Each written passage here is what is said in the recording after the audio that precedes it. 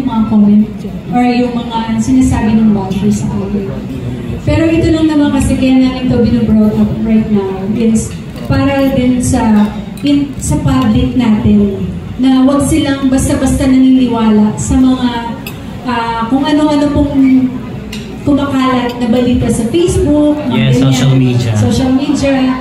Kasi ang alamin muna po nila, pag meron pong sinabi, alamin nila talaga yung katotohanan. Kaya kami naman po, sinasabi namin ngayon to kasi siguro wala rin kami masyadong chance na sabihin sa inyo na kung saan kami kumukuha ng license, saan kami mga ganyang klaseng bagay. Pero hindi naman siya, kumbaga, sobra-sobrang pambabash. Kumbaga, very light lang ba? Or umabot sa punto na munti ka nang mapikon. Alam mo, pwede na talaga siyang ipakulong. Ay, demanda. Oo. Kung tutuwasin. Kasi ginagamit niya yung pictures ni Doc. Sinasabi niya yung pangalan ni Doc. Pangalan ko. As in, kung tutuwasin, hindi na talaga maganda yung ginagawa niya. Pero nagiging patient pa rin si Doc. Yan. So, hindi nyo tinry na bigyan ng lesson para ma-stop? Kasi di ba, dire-diretso lang yan pag hindi binigyan ng lesson eh. Would like to welcome first Miss Ara Mina. Yes, Ara Mina's the house. Ara! Sexy. Yan. Si Ara, ito talaga, San Diego days pala. Sa San Diego pa lang kami nakatira, nagpakairo na yan kay Doc Rob.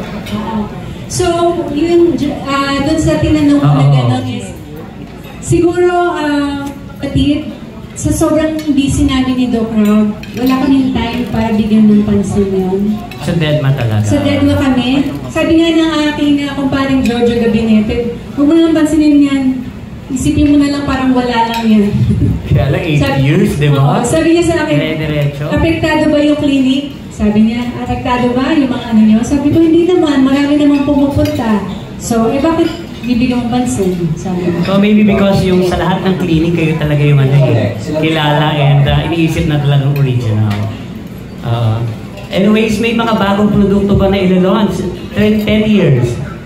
Do you have any products to be launched? Our Immune Boost. This is a new product from Japan. It's got probiotic, it's got stuff for the joints, it's got stuff for immunity, so very, very powerful quality product we make from Japan. Thank you very much and congratulations, Doc and Pat. Okay, next. May follow-up daw si Aida. Follow-up si Ezel na merong Foreigner. Anong age pwedeng inumin siya? Safe ba siya for teenagers? I think like over 5 is fine.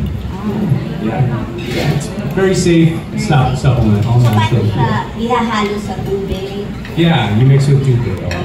Okay, next. Ay, paano yung price range po ba? Affordable. Affordable po ba siya? Yes.